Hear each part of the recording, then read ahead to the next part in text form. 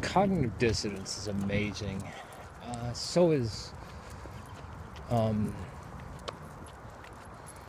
not. It's not exactly delusional. I mean, it is delusional, but um, there's a thing that people do, and they don't realize they do it most of the time. But as soon as they either place a label on somebody, or the person applies a label to themselves, many times everything that's said then should be discounted, and it's not critical. And this goes in every direction. Now, there's many times where the speaker bears this out, and you say, well, they're not speaking critically, or it really doesn't matter if somebody's biased. It's, are they presenting the information in a deceptive way?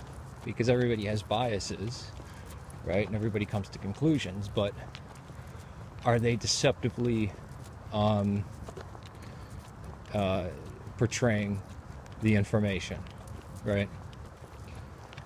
Now, if you look at scholarship throughout the ages of whether it's history, textual criticism, biblical criticism, whether it's Christian or Jewish, anything like that, anything does history, or even just studying mythologies, archaeology, anything that tells us about our past, right? What you do is you collect information, see if it's reliable or not,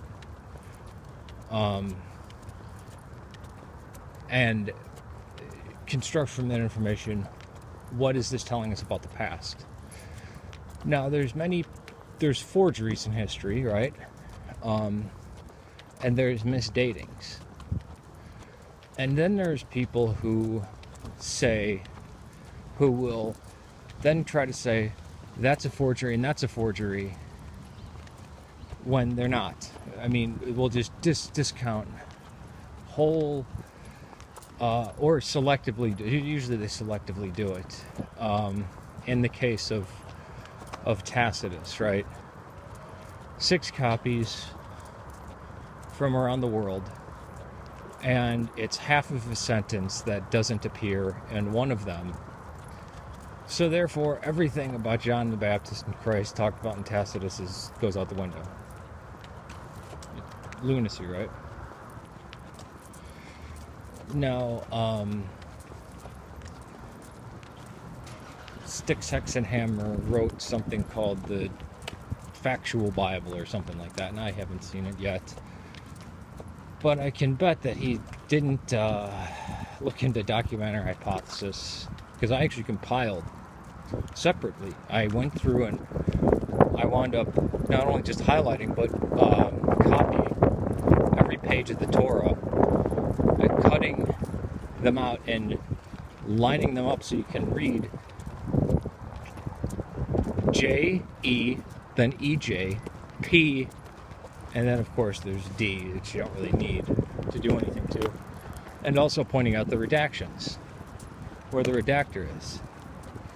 And also looking at my view of King David, which I didn't realize until somebody told me about Baruch Halpern a few years ago, that scholarship does hold that view.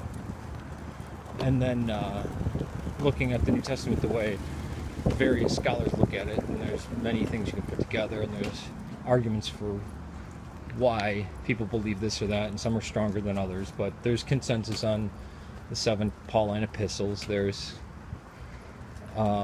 consensus about the order, mostly consensus about the order of the Gospels, at least the synoptic ones. And consensus is almost non-existent in scholarship. I mean, so the majority of this and the majority of that believe. And then you have outliers like Eisenman and Finkelstein, who, I mean, Eisenman is just nuts. He's fucking crazy. He's the Cult of John the Baptist guy, and James, the brother of Jesus, was the greatest person in the world. Yeah, I mean, he's totally anti-Pauline. He has just screwy ideas, and he also backs up the Ramtha cult. But I guess I'm going to get into a discussion with somebody who went from saying that I need to do my research because Constantine, did the instrument of the Trinity and Jesus' Godhood and books of the Bible at Nicaea, to then he jumped to Constantine had a parasitic tax system based on superstition, and his reasoning for that was the reported vision in the sky at Milvan Bridge. And then he jumped for that to all the world governments are working together to kill us. I mean, and each time I was just asking for evidence. What evidence do you have for this?